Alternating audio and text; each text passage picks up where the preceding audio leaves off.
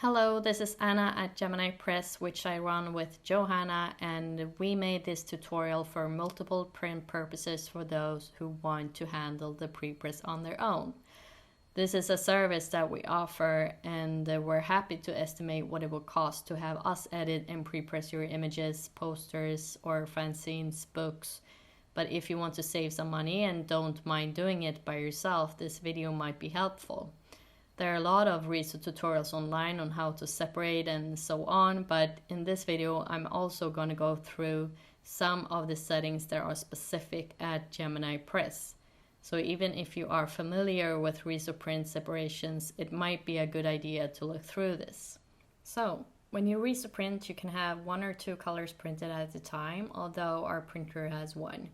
It is a stencil print machine, so every color is printed 1 by 1, and a chance of a misprint is more a certainty than an exception. This makes every print look slightly different, but also means that we need to create a stencil for every color that we add to our print when we export our file from image to print. This is a slightly similar procedure as offset printing or silkscreen print. You can create your stencil in black and white. And then when you print, you choose the color that you want to print the stencil with. The colors that we have at JEMINI Press are blue, bright red, purple, yellow, orange, fluorescent pink, black, flat gold, teal, and aqua. And if you want to find the hex codes or Pantone codes for the Riso colors, you can just Google Riso colors. And then that would lead you to stencil. Stencil has a lot of good information about Riso, and yeah, it's a great kind of portal for that. But anyways, you can find all the codes next to the colors, and of course there are estimations of the colors. So for exact color and so on, I really recommend that you get the color guide that we have that you can purchase on our website, and it's very affordable. It's 100 kroners, which is like roughly $10. I don't think anyone in the US is gonna print at our place, but if you want it for fun, it's there, and it's a great manual for Riso printing, and yeah. So we are going to color separate a poster without bleed, and that could be an image that has a white background like this one. Maybe it has like a few colors in the middle there going on, but nothing is as close as 1 centimeter to the edge. You have to have 1 centimeter of the edge free. Otherwise you need an image that has bleed, and that's a whole different story. But an image like this would work as well. This one has quite a big white edge. I'm gonna go ahead and open that because that is the image that we're gonna pre-press, and that is an image that me and Johanna illustrated a while ago. First it was a postcard, and now we decided that it would be starring in this tutorial. So it has 2 colors, and both of the colors I have divided into each folder. And if we look at one of the folders, the purple folder, this one has all the ink that is 100% in one layer, and all of the ink that I think it's like 50% or something in one layer. So one thing that is kind of good when color separating is to keep the different opacities in each layer, and this will make the color separation much easier. But if you have like tons and tons and tons of different opacities, obviously it's going to be easier to pre-press in another way. So, but if you just like have 1 or 2 or 3 or even like 4 different opacity in each color, it's going to be so much faster working it this way.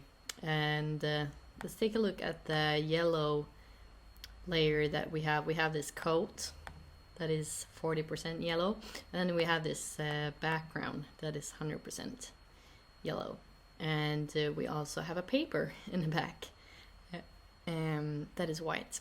because we're gonna print it on a white paper.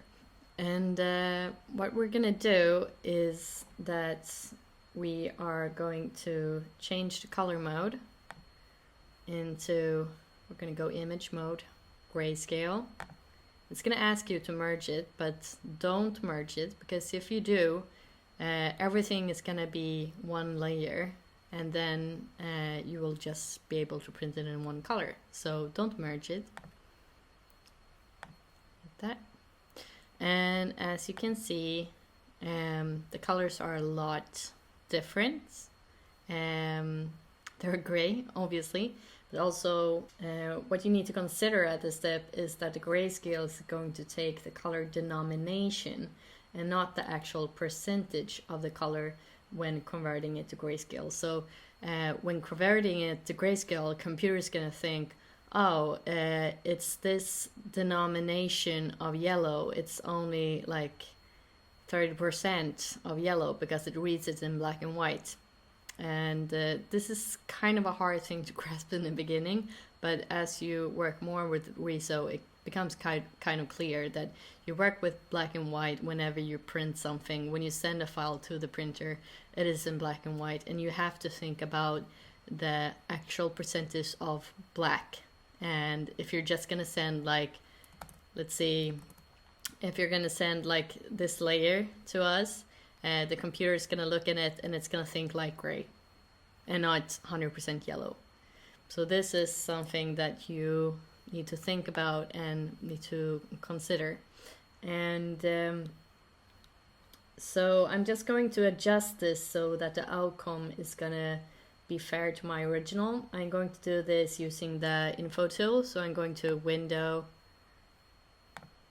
Info, and as I can see here, the yellow coat is magically 7%. So that's gonna be very, very light in yellow and maybe not visible. It's a possibility it might not even have an outcome. So to change that to the percentage that I did want, which was 40% of yellow, I'm gonna go to I'm gonna select that layer and go to Control L or Command L, and I'm gonna drag it all the way to the end. And this you have to kind of like use the drop tool and see, like, but it's 40% K there, and that means that it is 40% of black, and that's gonna make the printer print 40% of yellow. So I'm gonna change the background, and remember that was 100%, so I'm gonna change that. I'm gonna bring it all the way back and see here, and that is 100%. I'm gonna do the same with the purple. Actually, I'm just gonna change one of the layers on purple because this one is quite accurate. But the shoes are, I'm just gonna hit Command L and drag them all the way so that they're 100% K. So looking at both the layers like this, it's obviously it doesn't look at all as I want it to be in the end, but remember this is just like a pre-press. So what we're gonna do is we're gonna save the individual layers as one, and you can just do this by just selecting the whole purple map and just save it as it is. You can of course merge these two, but maybe it's good to kind of keep them as they are. Maybe you want to change the opacity after doing a test print or something like so. So it's kind of good to just save it like this, and we're gonna do 2 JPEGs. So we're gonna just hit Command Shift S, and I'm gonna create a folder in my desk. And we always say that please just save your files in a map and name it after you. That way it's neat and tidy for us. So I'm gonna call this Anna Olson. And I'm gonna call this the original name in the color that I want it to be printed in. Remember, this layer is the purple one, so purple. The format, and save it as a JPEG. And it's perfectly fine to just save this as in 300 dpi. It's the resolution is it doesn't really have to be better than that. It won't really show. So yeah, and we're gonna hide the purple layer and save the yellow one. Just hit Command Shift S and go back to the right map and save it as its name, its original name that the purple also has, and yellow in the format, and JPEG. Always save in JPEG. We do TIFF sometimes if people send them, but preferably JPEGs, and if you're just gonna save them once, the quality is not gonna go bad. So yeah. So if I look in my desk, I can see my both files. This is what they look like. And I'm going to take you to the Risograph and show you when we print them.